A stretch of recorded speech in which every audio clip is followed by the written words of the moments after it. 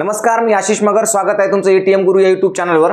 काल लोकसभेचे निकाल लागले. या निकालामधील बीड जिल्ह्यातला जो निकाल होता तो महाराष्ट्रातला अत्यंत हाय व्होल्टेज निकाल होता, किंवा महाराष्ट्रातच नव्हे तर सगळ्या जगभरातून त्या मतदारसंघाकडे लक्ष लागलेलं होतं.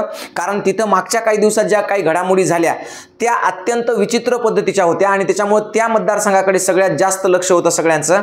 आणि तिथे माननीय पंकजाताई मुंडे यांचा पराभव झालेला आहे. आता पराभवानंतर वेगवेगळ्या प्रतिक्रिया सोशल मीडियावरून किंवा इकडून तिकडून उठत आहेत. तर या माझ्या सगळ्या जनतेला कळकळीची विनंती आहे की कोणीही कोणत्याही पद्धतीने अशा काही कमेंट्स करू नका किंवा प्रतिक्रिया देऊ नका की ज्याच्यामुळे कोणत्याही समाज बांधवांच्या भावना दुखतील किंवा कोणाला वाईट वाटेल किंवा त्रास होईल. कारण आपण सगळे एक आहोत. कारण मी याच्यापूर्वी एक व्हिडिओ केला होता बघा 28 मेला, आणि त्या 28 मेच्या व्हिडिओमध्ये मी असं सांगितलं होतं की पंकजाताईंना संपवण्यासाठी कशा पद्धतीने षडयंत्र केलेलं आहे. जर तुम्ही तो व्हिडिओ पाहिला नसला तर तो आधी व्हिडिओ पाहून घ्या. आणि ज्या पद्धतीने मी 28 मेला सांगितले त्याच पद्धतीने 4 जूनचा निकाल लागला आणि त्याच पद्धतीने घडले. कारण 28 मेला माझ्या त्या व्हिडिओ खाली बऱ्याच लोकांनी असं सांगितलं की तुम्ही काही लय मोठे शहाणे लागून गेले का, किंवा तुम्हाला लय कळतं का, किंवा तुम्ही मुद्दा म्हणून असं केलं तसं केलं. त्याच्या खाली मला ट्रोलही करण्यात आलं. पण तरी सुद्धा परत सांगतोय की मी 28 मेला जे लाईव्ह केलं होतं त्या लाईव्ह मध्ये मी जे सांगितलं ते तंतोतंत घडलंय जशाला तसं. म्हणून सामाजिक एकोपा, सामाजिक बांधिलकी टिकून ठेवणं खूप महत्त्वाचं आहे.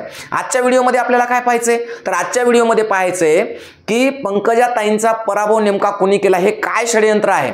जसं मी त्या 28 मेच्या व्हिडिओमध्ये सांगितलंच आहे, पण आता त्याच्यामध्ये आणखी काय काय घडलं पुढचं जे त्याच्यात मी जे क्लिअर बोललो नव्हतो ते क्लिअर मी आता इथं परत एकदा सांगणार आहे. सगळ्यात महत्त्वाची गोष्ट की जातीभेद विसरून जा, जाती द्वेष विसरून जा आणि एकमेकांशी सहकार्याने राहा, चांगलं वागा, चांगलं राहा.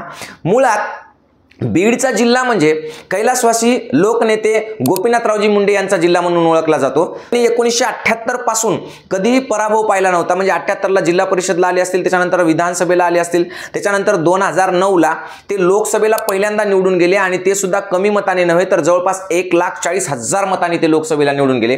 त्यानंतर 2014ला परत त्यांनी निवडणूक लढवली. 2014ला मध्ये सुद्धा ते त्याहीपेक्षा जास्त मताधिक्यानं निवडून आले, लाखोंच्या मतानं निवडून आले. पण दुर्दैवानं त्यांचा दिल्लीमध्ये अपघाती मृत्यू झाला आणि मृत्यूनंतर परत त्यांचं लोकसभेचं जे तिकीट होतं ते पंकजाताईंच्या ऐवजी यांना आपलं प्रीतमताईंना देण्यात आलं. आणि मग प्रीतमताईंना जेव्हा ते 2014ची निवडणूक लढवली लोकसभेची, तेव्हा प्रीतमताई स्वतः 6,92,000 मतांनी निवडून आल्या. म्हणजे जवळपास 7 लाख मतांनी निवडून आल्या. त्यानंतर परत 2019ला प्रीतमताई लढल्या. 2019ला सुद्धा जवळपास 2 लाख मतांनी प्रीतमताई निवडून आल्या. म्हणजे एवढ्या जबरदस्त मताधिक्यानं आणि फरकानं निवडून येणाऱ्या प्रीतमताई असतील किंवा मग गोपीनाथरावजी मुंडे असतील, या मुंडे घराण्यावर तिथल्या सगळ्या समाजाने, म्हणजे तिथल्या फक्त वंजारी नाही किंवा मराठा नाही तर सोशल म्हणजे सगळ्या समाजांनी त्यांच्यावर भरभरून प्रेम केलेलं आहे. आणि एवढं सगळं या कुटुंबावर प्रेम असताना, एवढा सगळा जीव असताना या कुटुंबातून 2024च्या निवडणुकीमध्ये पंकजाताई मुंडे हरतात कशा, हा मूळ मुद्दा आहे. आणि त्यांना हारण्याची सुरुवात इथून नाहीये. मित्रांनो, तुम्हाला मी मागच्या व्हिडिओमध्ये सुद्धा सांगितलं 28 मेच्या की 2014ला त्यांनी जी संघर्ष यात्रा काढली होती, त्या यात्रेमधून त्यांनी जे काही कमावलं होतं, जे काही महाराष्ट्रामध्ये त्यांनी वलय निर्माण केलं होतं, तिथून पुढे त्यांच्याच पक्षातल्या काही लोकांच्या डोळ्यामध्ये ते खुपलं. आणि मग त्यांना संपवण्यासाठी, कारण एक बहुजन नेतृत्व जर आपल्या वर जात असेल तर त्याला कशा पद्धतीनं संपवायचं हे सगळ्यात जास्त त्यांनाच माहीत असतं. आणि म्हणून मग त्या पद्धतीने त्यांनी पावलं उचलली. बरोबर त्या विधानसभेला पडल्या, त्यानंतर विधान परिषदेवर घेतलं नाही, त्यानंतर राज्यसभेवर घेतलं नाही. आणि 2024ला अगदी व्यवस्थितरित्या त्यांनी दोन्ही बहिणींचा काटा काढण्यासाठी म्हणून प्रीतम मुंडेंना बाजूला केलं आधी, कारण त्या परत पुन्हा राजकारणामध्ये स्थिरावतील अशी शक्यता कमी आहे. कारण त्यांच्यामध्ये ते लोकनेते ज्या पद्धतीनं राजकारण करतात किंवा ज्या पद्धतीनं पंकजाताईंचा वारसा आहे किंवा संघर्ष आहे किंवा जनसंपर्क आहे तेवढा त्यांचा नाहीये. दुसरी महत्त्वाची गोष्ट की मी त्या व्हिडिओमध्ये हे सुद्धा सांगितलं होतं की 2024च्या निवडणुकीमध्ये जर पंकजाताई पडल्या तर काय होतील आणि त्या का पडतील. तर तोच मुद्दा आहे की बघा, जिथं 2000 म्हणजे 1978 पासून 2019 पर्यंत अख्ख्या बीड जिल्ह्यानं विधानसभा असतील किंवा लोकसभा मतदारसंघानं असेल तर अख्ख्या जनतेनं मुंडे कुटुंबावर एवढं प्रेम केलं, त्यांच्या दोन्ही मुलींवर एवढं प्रेम केलं. त्याच कुटुंबातील त्याच संघर्षाचा वारसा असणाऱ्या पंकजाताई मुंडे जेव्हा पडल्या तेव्हा एक गोष्ट लक्षात येते की याच्या पूर्वीच्या निवडणुकांमध्ये तिथं कधीही जातीपात झाला नव्हता किंवा जातीय राजकारण झालं नव्हतं किंवा जातीय मुद्द्याला धरून मत मागितल्या गेली नव्हती किंवा दिल्या गेली नव्हती. आणि म्हणून मग त्या 6-6, 7-7 लाख मतांनी निवडून आले. आणि हे सगळं तिथल्या समाजाचे त्यांच्यावर असलेलं प्रेम होतं. मग याच्यात मराठा समाज नव्हता का, तर मराठा समाज 100% होता, जर प्रीतमताई मुंडे ह्या 7 लाख मतांनी निवडून येत असतील, एकूण मतदान 13 लाख झालं, त्या 13 पैकी 11 लाख मतदान जर प्रीतमताई मुंडेंनी घेतलं असेल तर मग त्याच्यात मराठ्यांची मतं नव्हती का? 100% मराठ्यांची मतं होती. आणि म्हणून जोपर्यंत मराठा समाज प्रीतमताई मुंडेच्या किंवा पंकजा मुंडेंच्या पाठीशी आहे तोपर्यंत त्यांना हरवणं शक्य नाही, ही गोष्ट तिथल्या म्हणजे त्यांच्याच पक्षातल्या लोकांना माहित होती. आणि म्हणून बरोबर प्लॅनिंग सांगतो तुम्हाला किती मायक्रो प्लॅनिंग असतं यांचं. मोदी साहेब तिथं भाषणाला आले पंकजाताईंसोबतच्या, समजून घ्या मी काय सांगतोय ते. पहा, मराठा समाजाला ब्लेम करण्यात येते की मराठा समाजाने मतदान टाकलं नाही किंवा टाकलं असं म्हणून, पण पहा मतदान कोणी कोणाला टाकायचं हा ज्याचा त्याचा विषय आहे, त्याच्यात आपण बोलत नाही. पण तुम्हाला खरं कारण सांगतो की बहुजनांचं नेतृत्व कशा पद्धतीनं संपवल्या चाललंय आणि पंकजाताईंचं किंवा लोकनेते गोपीनाथ मुंडे यांचा संघर्षाचा वारसा जो आहे तो कशा प्रकारे संपवण्याचं षडयंत्र चालू आहे ते लक्षात घ्या फक्त. तिथं मोदी साहेब आले भाषणाच्या वेळेस आणि मोदी साहेबांनी त्या भाषणामध्ये असं सांगितलं की महाराष्ट्र में कुछ लोग पिछले दरवाजे से ओबीसी में जाने की कोशिश कर रहे हैं, लेकिन मैं कभी ये होने नहीं दूंगा. पिछले दरवाजे से ओबीसी का आरक्षण लूट लिया जाए, ये आपको मंजूर है? जरा पूरी ताकत से बताओ तो पता चलेगा कि मंजूर है कि नहीं है. आता मूळ मुद्दा असा होता, तुम्ही जेव्हा असं म्हणलात तेव्हा एक गोष्ट लक्षात घ्या की मराठा समाजानं आरक्षण मागितलं होतं ओबीसीतून. ओबीसी कोणता आहे तर 19% आतला आहे ओबीसीतलं, त्याच्यातून मागितलं होतं, ते तर दिलंही नाही अजून, ते पुढचा विषय राहिला. पण तसं मागितलेलं असताना आणि वंजारी समाज हा येतो एनटीडी मध्ये, मग एनटीडीचा आणि ओबीसीतला प्रत्यक्ष डायरेक्ट काही संबंध होता का? काही डायरेक्ट संबंध नव्हता.